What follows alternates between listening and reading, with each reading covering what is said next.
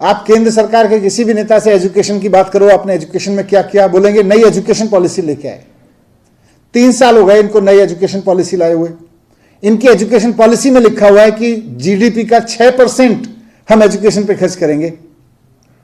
6% तो छोड़िए, इन्होंने 2.64% को भी घटा के 2.5% कर दिया। तो एनईपी का ढोल पीटते हैं एक तरफ, दूसरी तरफ एनईपी में जितना पैसा लिखा है उसको दूर देना तो दूर, और पैसा कम कर देते हैं। इंक्लूसिव ग्रोथ की बात करते हैं, लेकिन रोजगार इनके लिए इंक्लूसिव ग्रोथ में नहीं आता है। आज देश में बेरोजगारी की दर 8.3%, 8.3% है पूरे देश में। और अगर शहरों की बात करें तो शहरों में जो नौजवान बैठा है उसमें से 10% नौजवान बेरोजगार बैठा है। 10% बेरोजगारी शहरों में। इन्होंने पिछले बजट में वादा किया था कि हम 60 लाख रोजगार लेके आएंगे। कहां है वो 60 लाख रोजगार? क्या हुआ? अगले बजट में बताते तो सही। 60 लाख में से कितने रोजगार आए? कोई रोजगार पे बात नहीं है, कोई नई स्कीम रोजगार की नहीं है। कह रहे हमने इंफ्रास्ट्रक्चर का बजट है। इंफ्रास्ट्रक्चर में क्या, कुछ एयरपोर्ट बना रहे हैं, कुछ सड़कें बना रहे हैं, अच्छी बात है, देश को एयरपोर्ट और सड़कें चाहिए।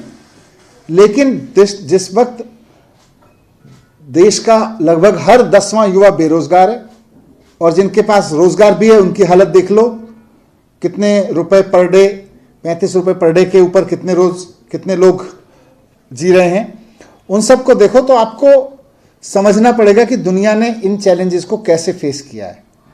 इसमें कोई विजन नहीं दिख रहा है इनके बजट में कि बेरोजगारी से कैसे लड़ेंगे। जहां जहां लोगों को दुनिया में बेरोजगारी का सामना करना पड़ा, जिन जिन इकोनॉमीज को उन्होंने चैलेंज के रूप में लिया और कंजम्पशन बढ़ाया, खपत बढ़ाई। खपत बढ़ती है तो प्रोडक्शन बढ़ता है, ट्रेड बढ़ता है, उससे रोजगार पैदा होते हैं, उससे लोगों को इनकम बढ़ती है। तो खपत पे कोई काम नहीं है, कंजम्पशन पे कोई काम नहीं है।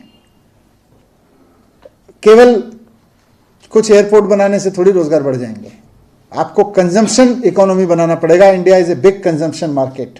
आपके मार्केट को सारी दुनिया कंज्यूमर मार्केट के रूप में देख रही है, और आप सोच रहे हो कि हम 4 कैपिटल प्रोजेक्ट बना के हम बेरोजगारी दूर कर सकते हैं। बात ही नहीं है, बेरोजगारी की तो बात ही नहीं की बजट में। केवल कुछ प्राइवेट इन्वेस्टर्स को फायदा मिलेगा। ये कह रहे हैं इनकम टैक्स में छूट का बड़ा वादा कर रहे हैं, दावा कर रहे हैं कि साहब इनकम टैक्स में छूट दी, बहुत बड़ी छूट हो गई।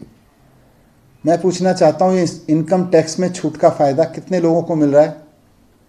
50,000 रुपए की छूट दी है, किसको फायदा मिल रहा है? इस देश में कुल 4% लोग इनकम टैक्स देते हैं, और इन 4% में भी केवल 4% के 10% लोग इस नई स्कीम को यूज कर रहे हैं, जिसका ये दावा कर रहे हैं कि नई स्कीम में हमने इतनी रिबेट बढ़ाई है। तो यानी कि 0.4% लोगों को 50,000 रुपए की छूट मिलने को हम बहुत बड़ा दावा कर रहे हैं। साहब गेम चेंजर है। क्या गेम चेंजर है? इसके उलट देखेंगे, इंक्लूसिव ग्रोथ की बात कर रही है मैडम। अगर इंक्लूसिव ग्रोथ में कह रही है इंक्लूसिव ग्रोथ से डेवलपमेंट होगा, इस बजट में इंक्लूसिव ग्रोथ का खाका रखा गया है। कैसी इंक्लूसिव ग्रोथ है? जिसमें नौजवानों की बात नहीं है, जिसमें महिलाओं की बात नहीं है कोई, जिसमें किसानों की बात नहीं है, छोटे व्यापारियों की बात नहीं है, छोटी छोटी इनकम वाले लोगों की बात नहीं है, सुपर रिच की बात है।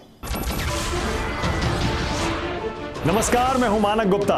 अगर आपको हमारा ये वीडियो पसंद आया हो तो इसे लाइक और शेयर जरूर करें, और हां, हमें सब्सक्राइब और फॉलो करना ना भूलें, ताकि आप देश और दुनिया की कोई खबर मिस ना करें। तो जुड़े रहिए हमारे साथ और देखते रहिए न्यूज़ 24।